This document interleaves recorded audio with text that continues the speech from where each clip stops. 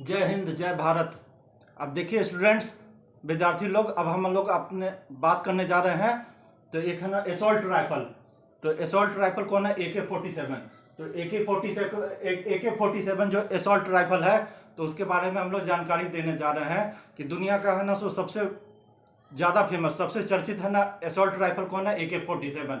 इसका पूरे दुनिया में लगभग 106 देश की सेना इसका यूज करती है। इतना फेमस है और इतना ये है ना लोकप्रिय है कि ये है ना दुनिया की 106 देश की सेना इसका यूज प्रयोग करते हैं। यही नहीं, इस राइफल है, एसॉल्ट राइफल है AK-47, इसका है ना सो क्रिमिनल, टेररिस्ट, ये सब का भी काफ़ी पसंदीदा है। तो जितना भी क्रिमिनल, टेररिस्ट है या पुलिस है या सिपाही सेना, ये सब है, सबका सबसे पसंदीदा राइफल कौन है? Assault rifle. तो यह AK-47 तो एसॉल्ट राइफल है। तो इसके बारे में हम आपको जानकारी देने जा रहे हैं विस्तृत से। तो क्या है? तो सबसे फेमस दुनिया का कौन है? Assault rifle AK-47। तो है ना AK-47 officially known as Avtomat क्लाशिनकोवा 47। तो यह AK-47 जो है, तो ये AK-47 उसके बारे में बताने जा रहे हैं। तो इसका official known as AK-47, official known as Avtomat Kalashnikova, है ना? क्या है? एप्टोमेट क्लाशिनकोवा 47 इसका ऑफिशियल नेम है। तो ये 1947 में ये बन के तैयार हुआ था, यानी इस पर काम हुआ था। मेनली इस पर जो काम हुआ था 1946 से लेकर 1948 के बीच में इस पर काम हुआ था, और ये 1947 में बना था, इसीलिए इसका इसमें 47 लिया है, यानी कि 1947 में बन के तैयार हुआ था, इसीलिए इसके पीछे, नाम के पीछे, AK-47 के पीछे है ना 47 लगा हुआ है। अच्छा, ये गैस ऑपरेटेड एसॉल्ट राइफल है। क्या एसॉल्ट राइफल है? तो ये gas operated assault rifle, and it is chamber for the 7.62 into 39 mm cartilage. तो है ना, इसका कार्टिलेज जो है ना, कारतूस है ना, इसमें कारतूस कौन सा है इस्तेमाल करता है? तो इसके कारतूस के बारे में हम लोग जानकारी देने जा रहे हैं। गैस ऑपरेटेड एसॉल्ट राइफल है, and it is chamber for the 7.62 into 39, यानी कि 7.62 into 39 mm कार्टिलेज। तो इसका कारतूस, इसमें कौन सा कारतूस इस्तेमाल होता है, उसका कितना है? ये 7.62 into 39 mm का इसमें कार्टिलेज है ना यूज होता है। तो इस कारतूस का सबसे बड़ा खासियत क्या है? तो ये जो कारतूस है 7.62 into 39 mm का कारतूस जो होता है, इसमें AK-47 में जो यूज होता है, इसका सबसे बड़ा खासियत होता है कि इतना भारी नहीं होता है। इतना बड़ा है कि वो जो राइफल जब है ना मशीन गन जब चलाते हैं तो तेज झटका मारता है ना भारी पर।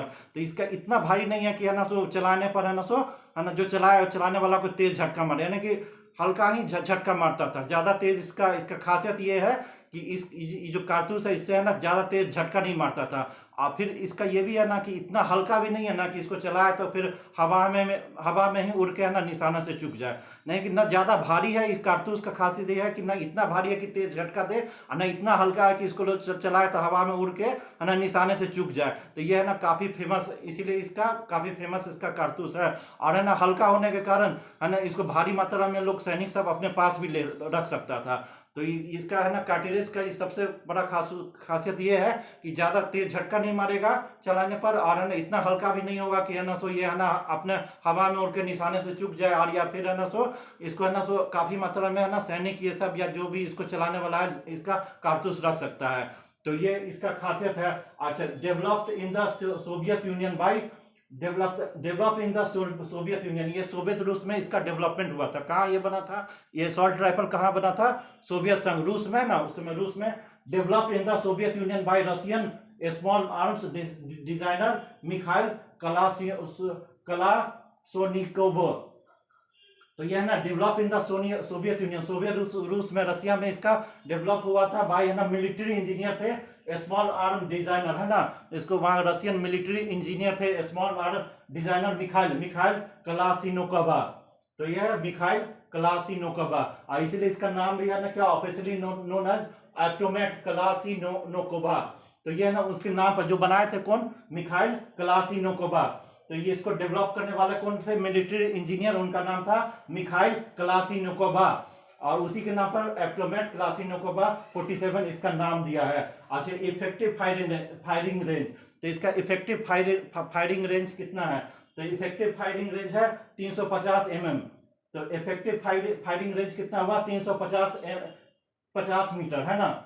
तो फायरिंग रेंज इसका कितना है 350 मीटर यानी 380 यार्ड, 300 यार्ड प्रोड्यूस कब हुआ तो 1948 में। 1948 में इसका प्रोडक्शन है ना सो शुरुआत हुआ। 1947 में बना तो इसलिए AK-47 इसका नाम दिया गया, लेकिन इसका प्रोडक्शन कब से शुरू हुआ 1948 से 1948 कहाँ सोवियत रूस सोवियत यूनियन में। और यह है ना सोवियत देश की सेना है ना सो इसको 1949 से इसका यूज करने लगी। तो कब से 1949 से 1949 से यह सोवियत सेना में यह शामिल हो गया। और अभी 106 देश की सेना इतना पॉपुलर है कि ये है ना सो 106 देश की सेना इसका धड़ल्ले से इस्तेमाल करती है। और इसका ये खासियत है कि ये काफ़ी सिंपल होता है, इसका डिजाइन है ना काफ़ी सिंपल है ना और हल्का होता है ना इस्तेमाल करने में। ये AK-47 का सबसे बड़ा गुण है कि इस्तेमाल करने में बेहद आसान है, सिंपल है। और है ना सो इसमें है ना सो भारी मात्रा में इसका है ना कार्टिलेज कारतूस ये सब भारी मात्रा में ले जा सकता है। और ये किसी कम कंडीशन में भी काम कर सकता है, यानी कि जहाँ पर -डिग्री टेम्परेचर हो वहाँ भी अच्छा से काम कर सकता है, और जहाँ पर हॉट वेदर कंडीशन हो वहाँ भी। यानी कि माना गया कि AK-47 है ना जितना भी असॉल्ट राइफल है उसमें सबसे बेहतरीन है कि किसी भी कोई भी परिस्थिति हो, कोई भी टेम्परेचर हो, प्रेशर हो, कंडीशन चाहे कुछ भी हो, इसमें कोई भी कंडीशन में अगर सबसे अच्छा इस्तेमाल करने वाला राइफल असॉल्ट राइफल है तो कौन है AK-47। तो ये सबसे पॉपुलर है। इनको डिजाइन करने वाले जो थे मिखाइल कलाशनिकोव, ये मिलिट्री इंजीनियर थे, कौन कहाँ के रूस के थे, मिखाइल मिखाइल कलाशिनोकोव। तो वो जो इनको मिलिट्री इंजीनियर जो इनको डिजाइन बनाए थे, तो वो है ना सो वो है ना इस डिजाइन बनाने के बाद ये है ना एक भी पैसा नहीं लिए इसके लिए, एक भी पैसा नहीं लिया। और उनको है ना वो बोले कि है ना ये डिजाइन जो हम जो बनाए हैं इस देश की सेवा के लिए इसको समर्पित करते हैं, है ना। तो पूरा है ना ये पूरा जो इनको मिखाइल कलाशिनकोव जो मिलिट्री इंजीनियर जो बनाए थे, पूरा इसको बनाने के बाद बोले कि हम इसको देश की सेवा के लिए इस राइफल को समर्पित करते हैं और इसमें एक भी पैसा नहीं लेंगे। और है ना 2013 में उनका डेथ हुआ है, 2013 में उनका डेथ हुआ है। और है ना 94 ईयर्स, उस समय उनका उम्र कितना था 94 ईयर्स। आप पूरे तो आप समझ लीजिए कि दुनिया में बेहद ही सबसे ज़्यादा इस्तेमाल पॉपुलर कौन है, चाहे आतंकवादी हो, चाहे पुलिस हो, सेना हो, सब कोई भी अगर बोलता है तो AK-47। तो इतना ये है ना सो अभी तक ये 1949 में बना था, अभी 2022 है, तो समझिए अभी तक है ना सबसे ज़्यादा फेमस राइफल कौन है AK-47।